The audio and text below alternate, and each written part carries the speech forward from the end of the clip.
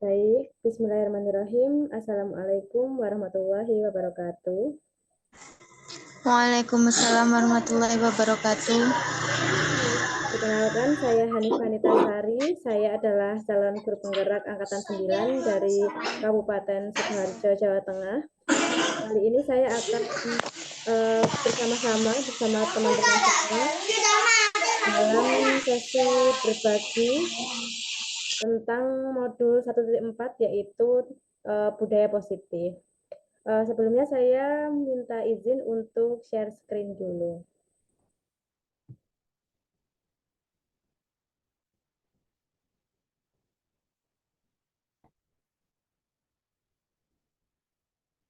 Sebentar, baru loading. Ya, ini teman-teman tentang budaya positif. Sebelumnya kami di program guru penggerak memasuki modul di 1.4 itu adalah tentang budaya positif. Nah, budaya positif itu apa dan bagaimana?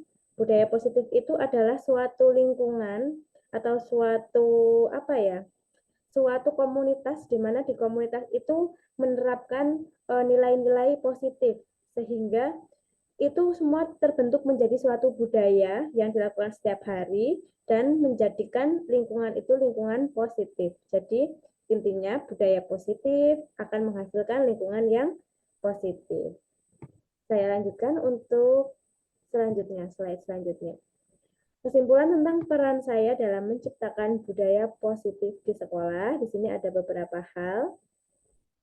Nah, diantaranya adalah mewujudkan budaya positif di sekolah dengan menerapkan konsep-konsep inti budaya positif. Jadi, budaya positif ini terdiri dari beberapa konsep inti, diantaranya yaitu yang pertama, disiplin positif.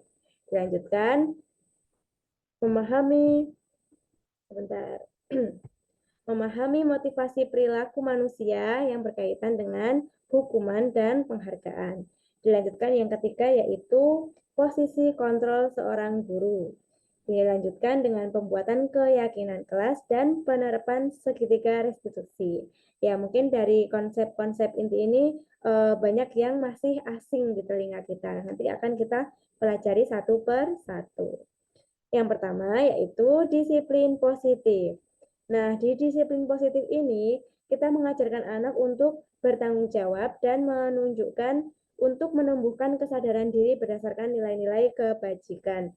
Nah, nilai-nilai kebajikan ini ada yang namanya nilai-nilai kebajikan universal, yaitu nilai-nilai kebajikan yang sudah diakui oleh semua manusia di dunia ini adalah nilai-nilai kebajikan. Di antaranya seperti kejujuran, kemudian saling tolong-menolong. Itu semua orang di dunia ini, apapun itu agamanya, apapun itu sukunya, apapun itu negaranya, pasti mengakui bahwa itu adalah nilai-nilai kebajikan.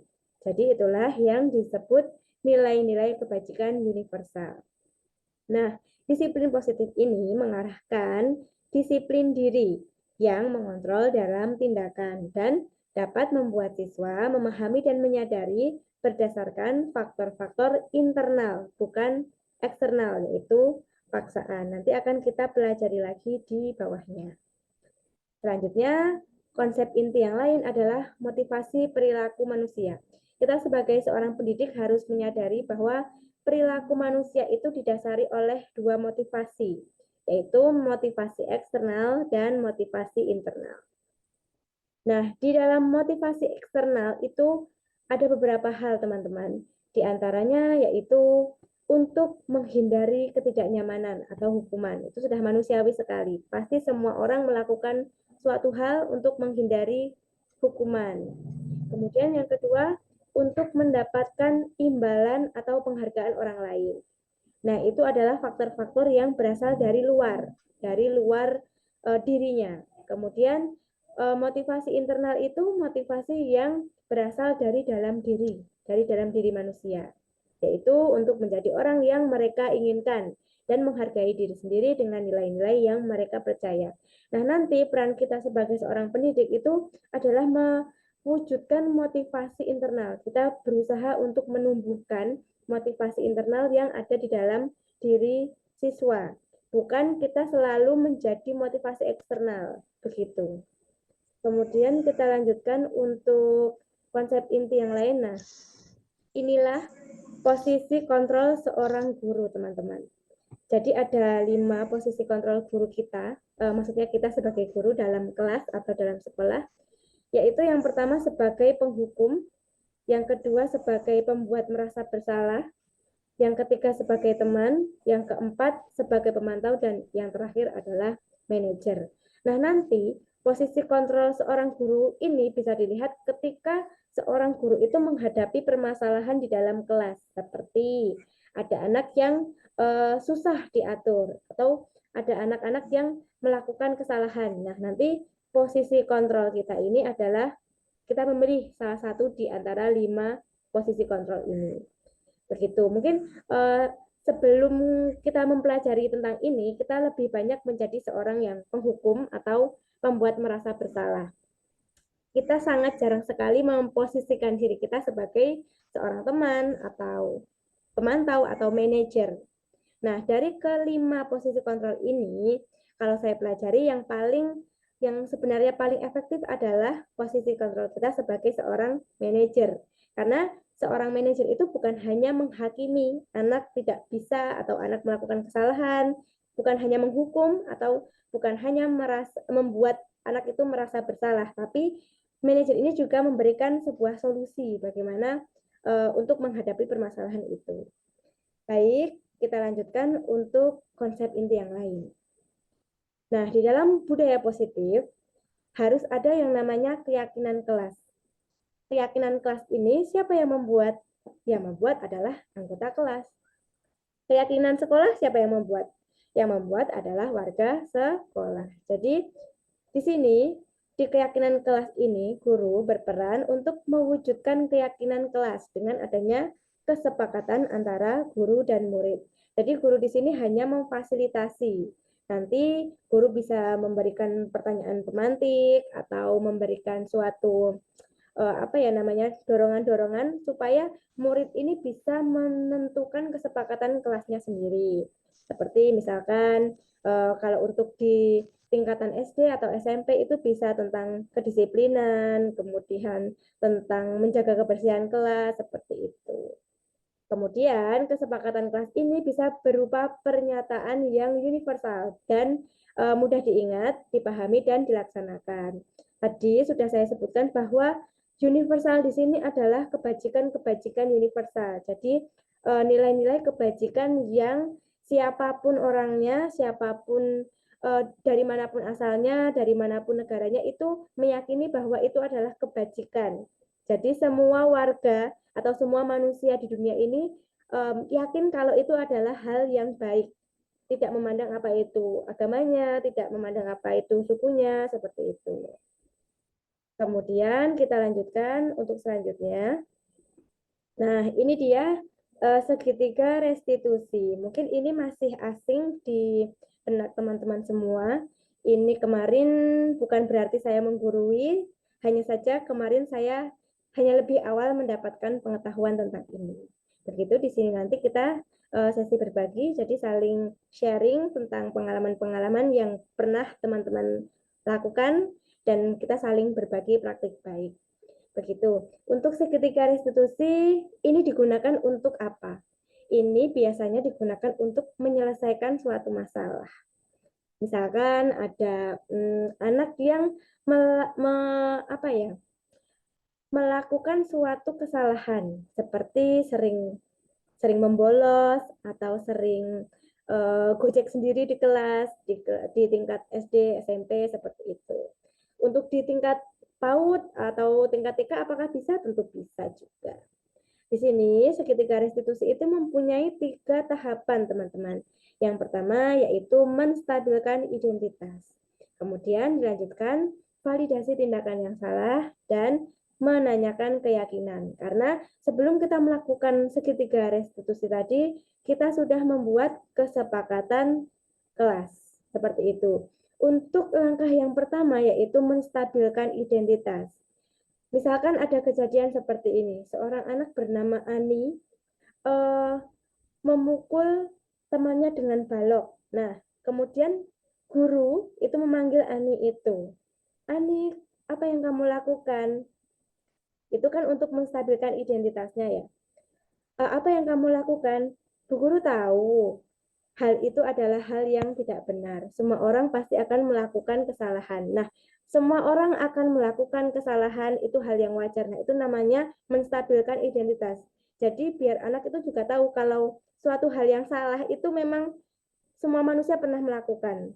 Tapi dengan kita akan memperbaiki kesalahan itu bagaimana. Nah, kemudian dilanjutkan langkah yang kedua yaitu validasi tindakan yang salah. Setelah si Ani tadi sudah menyadari perbuatannya, dia akan mengakui bahwa itu adalah hal yang salah. Jadi kita berdua, maksudnya guru dan Ani tadi, menyepakati bahwa itu adalah tindakan yang salah. Nah, lalu bagaimana? Yang ketiga adalah menanyakan keyakinan. Setelah kita menyadari bahwa itu adalah tindakan yang salah, maka guru menanyakan keyakinan. Kira-kira hal itu sesuai tidak dengan keyakinan kelas atau keyakinan sekolah yang tadi sudah kita sepakati? Nah, nanti anak akan menjawab itu tidak sesuai. Kemudian, apakah cukup sampai situ? Tentu kita tawarkan solusinya. Solusinya, misalkan tadi sudah memukul temannya, kemudian solusinya dengan meminta maaf, kemudian apa? Nah, seperti itu. Nanti bisa digali lebih lanjut. Lanjut, selanjutnya, nah ini kenapa ada bunder-bunder seperti ini? Jadi di sini adalah budaya positif, ini adalah modul 1.4.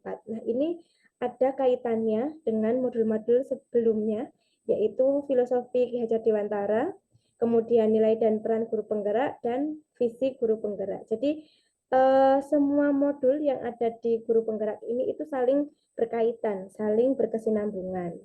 Nah, di sini saya membuat koneksinya yaitu dengan menjalankan budaya positif yang diterapkan berdasarkan nilai, peran, dan visi guru penggerak, maka akan mempermudah tercapainya pendidikan sesuai filosofi Ki Hajar Dewantara. Karena nanti tujuannya adalah ini, yaitu pendidikan yang sesuai dengan filosofi Ki Hajar Dewantara, yaitu ing ngarsa sung tulodo, ing madya mangun korso, dan tuturi handa yani. Baik, saya lanjutkan. Nah, ini ada beberapa pertanyaan refleksi. Kalau ini adalah pertanyaan refleksi yang sudah saya buat, maka teman-teman juga bisa melakukan refleksi setelah mempelajari hal-hal baru ini. Di sini ada pertanyaan, sejauh mana pemahaman Anda tentang konsep-konsep inti yang telah Anda pelajari pada modul ini? Adakah hal menarik di luar dugaan Anda? Nah, di sini saya menulis bahwa saya telah mempelajari konsep inti. Konsep inti tadi ada beberapa tadi, kemudian sudah meresapi dalam diri, dan mencoba untuk diwujudkan dalam tindakan, kemudian dibagikan kepada teman-teman sejawat. Dan di sini ada hal yang menarik bagi saya dan di luar dugaan, yaitu adalah tentang penghargaan. Nah, kemarin saya mempelajari bahwa penghargaan itu tidak selalu berdampak baik. Jadi, kadang-kadang itu penghargaan juga bisa berdampak kurang baik. Manakala anak hanya termotivasi melakukan sesuatu hal jika diberi suatu reward atau suatu penghargaan. Nah, disinilah peran guru untuk mengambil sikap bagaimana dia memberikan reward atau penghargaan dengan cara yang tepat. Begitu, itu hal yang menarik bagi saya. Kemudian pertanyaan selanjutnya adalah perubahan apa yang terjadi pada pola pikir Anda dalam menciptakan budaya positif di kelas maupun di sekolah Anda setelah mempelajari modul ini. Ya, di sini perubahan yang terjadi adalah saya menyadari bahwa posisi kontrol saya selama ini hanya penghukum dan pemantau. Begitu. Tadi ada lima posisi kontrol guru. Nah, itu dulu belum kita ketahui. Jadi dulu itu lebih banyak menjadi penghukum atau pemantau atau pembuat merasa bersalah. Nah, seharusnya saya berpikir bahwa saya harusnya itu berposisi sebagai manajer dan menerapkan tadi segitiga restitusi dalam menyelesaikan suatu masalah. Memang secara teori ini mudah, tapi ketika pelaksanaan di lapangan mungkin agak susah ya teman-teman ya, apalagi untuk di tingkat yang bawah. Nah, itu memang agak susah, tapi kita berusaha bagaimana memberikan yang terbaik. Kemudian ada pertanyaan, pengalaman saat apakah yang pernah Anda alami terkait penerapan konsep-konsep inti. Kalau di sini kemarin saya sudah mempraktekkan itu restitusi segitiga ketika ada anak yang berebut mainan. Kemudian saya menggunakan segitiga restitusi untuk menyelesaikan masalah itu. Nah, ini sudah saya upload juga di YouTube. Mungkin besok atau kapan bisa kita lihat bersama. Pertanyaan selanjutnya yaitu bagaimana perasaan Anda ketika mengalami hal-hal tersebut? Ya, tentunya karena kita mendapat pengetahuan baru, mendapat ilmu yang baru, yang lebih update, saya merasa sangat senang dan juga termotivasi untuk melaksanakan budaya positif di sekolah. Lanjut, untuk pertanyaan selanjutnya yaitu, menurut Anda terkait pengalaman Anda tersebut, hal apa yang sudah baik dan apa yang perlu ditingkatkan? Di sini saya menulis bahwa hal yang mulai baik adalah mulai munculnya motivasi internal dari dalam diri siswa. Karena tadi kita selama ini mencoba untuk menumbuhkan motivasi internal. Jangan terus kita menjadi faktor eksternal seperti itu. Kita sebagai seorang pendidik berusaha untuk memotivasi siswa sehingga ada kemauan dari dirinya sendiri. Gitu. Kemudian dilanjut dengan pertanyaan, sebelum mempelajari modul ini, posisi kontrol mana yang Anda lakukan? Bagaimana perasaan Anda? Dan setelah mempelajari modul ini, posisi mana yang Anda lakukan? Nah, ini. Tadi saya sudah katakan di depan bahwa yaitu sebelum mempelajari modul ini yang sering dilakukan adalah penghukum dan pemantau. Ditambah lagi pembuat merasa bersalah tadi. Yaitu setelah melakukan itu tentu seorang pendidik akan diliputi oleh rasa bersalah. Oh, tadi aku sudah membentak dia, tadi aku sudah memarahi dia, seperti itu. Nah, sekarang saya akan mencoba untuk menempatkan diri sebagai manajer. Jadi, seperti tadi, menggunakan segitiga restitusi sehingga tidak hanya menghukum atau memberi rasa bersalah kepada anak, melainkan juga memberikan solusi dan menyadarkan bahwa itu adalah hal yang salah. Nah, setelah berusaha menjadi manajer, perasaan yang muncul adalah senang dan termotivasi.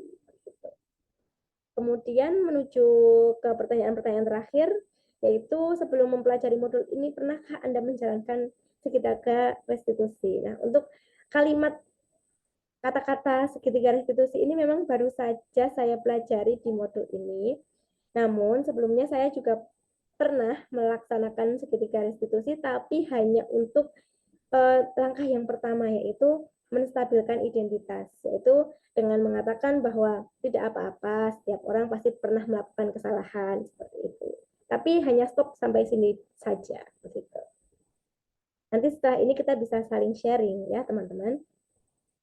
Kemudian selain hal-hal inti, apakah ada hal lain yang Anda pelajari?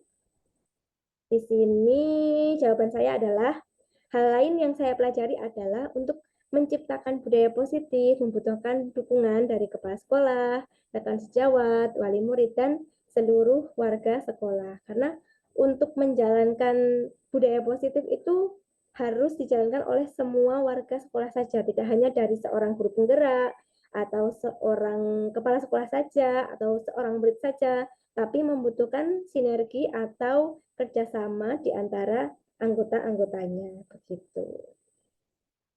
Ya, mungkin itu saja teman-teman pemaparan saya mengenai budaya positif yang sudah saya pelajari di modul 1.4 di program guru penggerak. Mungkin acara setelah ini adalah saling berbagi pengalaman baik yang sudah dijalankan teman-teman tentang budaya positif di sekolahnya masing-masing, kemudian bisa saling berbagi pengalaman baik. Begitu, saya izin untuk stop share screen. Nah, baik. Terima kasih teman-teman untuk partisipasinya. Mungkin ada yang mau menanggapi, silakan. Bu Isti. Ini sekolahnya sekolah penggerak ya, Bu Isti ya? Mantap, luar biasa sekali ini. Ya. Keren Mbak Hanifah, Alhamdulillah dapat pengetahuan baru. Ya. Budaya positif, setuju semua guru harus mencoba untuk menciptakan budaya positif dan benar ya, kita nggak bisa bergerak sendiri, harus bersinergi dengan sama warga sekolah. Setuju sekali ya. Oke, terima kasih Bu Isti. Ini bagaimana ini kabarnya sekolah penggerak luar biasa. Pasti di sana budaya positifnya sudah sangat ini ya, sangat kental begitu ya. Ya, sedang berproses, Mbak. Sedang Oke, berproses semuanya. baik. Terima kasih ya Bu Isti atas partisipasinya dan terima kasih juga untuk teman-teman atas semua eh, partisipasinya lah intinya dan semua dukungannya. Besar harapan saya semoga setelah mendapat pengetahuan baru tentang budaya positif, kita bisa menjalankan budaya positif tidak hanya di kelas, melainkan juga di sekolah dan insya Allah kalau bisa di komunitas yang lebih besar lagi begitu. Mungkin ada tanggapan lain dari Ibu Kepala Sekolah saya mana ini ya? Oh, Bu Sri Rezeki, monggo. Apakah on mic? Atau ini yang kelihatan di on mic itu, on cam itu ada Bu Amelia. Silakan Ibu Amelia.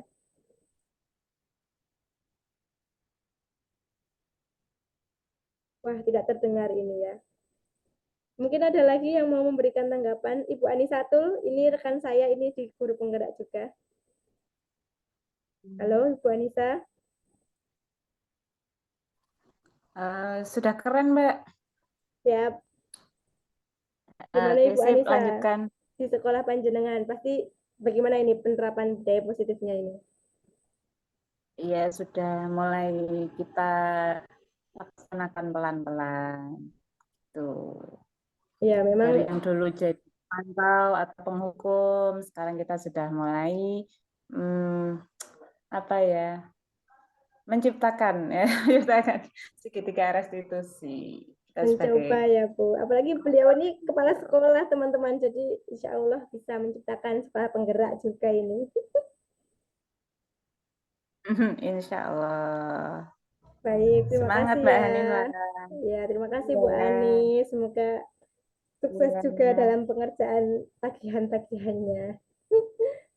Amin. Baik, teman-teman, mungkin ada lagi yang mau disampaikan. Saya minta tanggapan dari rekan sejawat aja di sekolah. Mungkin Ibu Erna. Halo. Wah, ini mic-nya padahal terbuka ini. Atau Ibu Amel. Monggo Ibu Amel. Ya, Bu Hanifah, semangat terus. Paparannya Masya Allah bagus. Nambah wawasan buat teman-teman yang ada di sekolahan, terutama. Semoga kita sebagai sesama rekan sejawat bisa saling menjadi support system yang baik untuk menjadi guru yang berperilaku positif, terutama kepada anak didik maupun wali murid. Begitu saja, Bu Hanifah. Semangat terus buat Bu Hanifah. Baik, terima kasih Ibu Amel. Ibu Amel ini ada di kelas spesial, jadi memang putra-putri yang diampu memang spesial begitu. Dan ini untuk penerapan budaya positif tidak hanya dilaksanakan untuk kelas reguler saja, melainkan kepada semua ya. Jadi menerapkan berdiferensiasi juga. Mungkin itu teman-teman yang bisa saya sampaikan. Nanti akan disambung lagi. Terima kasih. Assalamualaikum warahmatullahi wabarakatuh. Waalaikumsalam warahmatullahi wabarakatuh.